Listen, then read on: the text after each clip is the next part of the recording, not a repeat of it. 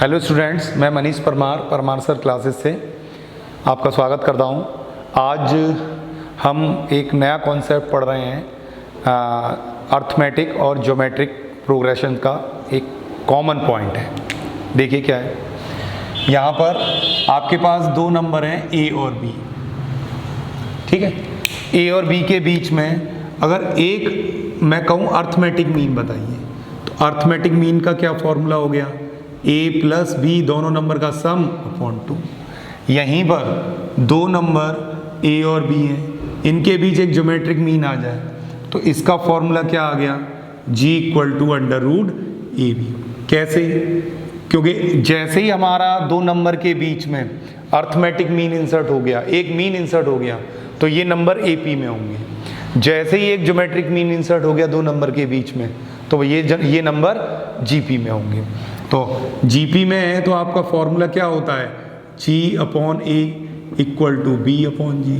Common ratio same होता है ना, तो क्रॉस मल्टीपल करेंगे तो G square equal to A B, तो G equal to under root A B. ऐसे ही अर्थमेटिक मीन में क्या होता था, ये ए पी में आएंगे तो इनका कॉमन डिफरेंस सेम होगा, तो यहाँ से ट्रांसफर करके आप लिखोगे 2a equal to a plus b, तो ए की वैल्यू आ गई। तो यानी कि दो नंबर का अर्थमेटिक मीन ये होता है, दो नंबर का ज्योमेट्रिक मीन ये होता है। Point number 1।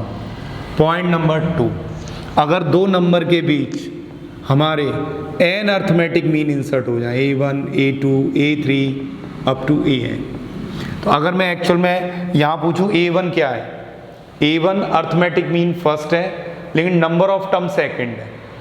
a2 क्या है, अर्थमेटिक मीन 2 है पर नंबर ऑफ टर्म थर्ड है। तो ये सब अर्थमेटिक मीन्स निकालने के लिए हमें d निकालना पड़ेगा। तो d का फॉर्मूला क्या होता है, b minus A last term minus first term upon n plus 1। यहाँ n क्या है, वेयर n यहाँ पर है number of, where n is number of arithmetic mean, number of AMs, ठीक है। ये निकलते ही आगे के सारे टर्म्स निकल जाएंगे। ऐसे ही सिमिलर कंपैरेटिवली आपके सामने रख रहा हूं, दो नंबर ए और बी के बीच n ज्योमेट्रिक मीन इंसर्ट कर दिए जाएं, g1 g2 gn, ठीक है।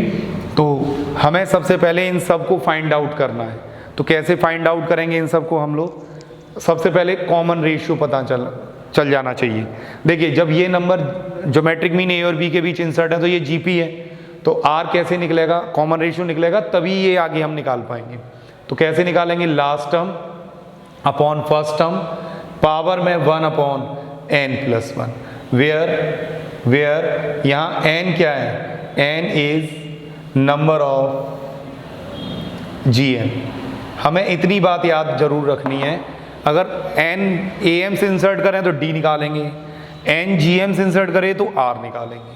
इसके बाद अपने आप हमारे मीन निकल, जैसे सेकंड टर्म निकालना है, एक्चुअल में है तो first arithmetic mean, second term निकालना है तो a प्लस डी से निकाल देंगे।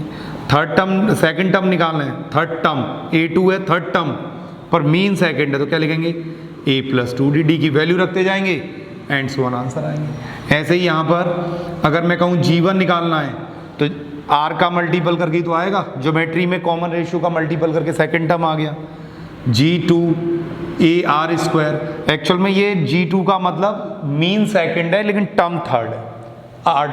g2 की वैल्यू AR2 कैसे आ रही है, यहाँ पे थर्ड टर्म की वजह से एंड सो ऑन। ये आपके पास अर्थमेटिक मीन हो गया, ये ज्योमेट्रिक मीन हो गया। थर्ड पॉइंट मीन निकालें, a1 plus a2 plus up to an, sum of all arithmetic mean equal to निकालेंगे। तो इसका फॉर्मूले के फॉर्मेट याद कर लो हमेशा के लिए, n टाइम्स, n क्या है, नंबर ऑफ अर्थमेटिक मीन, जितने अर्थमेटिक मीन है n times sum of n times arithmetic mean of two number a and b। तो क्या लिखेंगे, a plus b upon 2, this is the sum of n arithmetic means, formula है।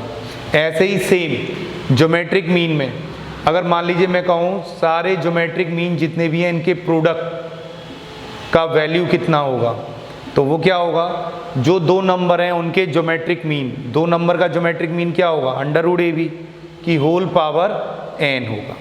ठीक है, तो ये बड़ा इंपॉर्टेंट पॉइंट है कि अर्थमेटिक मीन का सम और एनडी में पूछा जाता है ज्योमेट्रिक मीन का सम, प्रोडक्ट, सॉरी सम नहीं प्रोडक्ट। जैसे मैं एक एग्जांपल आपके आगे देता हूँ, यहाँ एग्जांपल के फॉर्म में लिख दूँ 16 और 1/4 दो नंबर है, इनके बीच 5 ज्योमेट्रिक मीन इंसर्ट है, G1 G2 G5।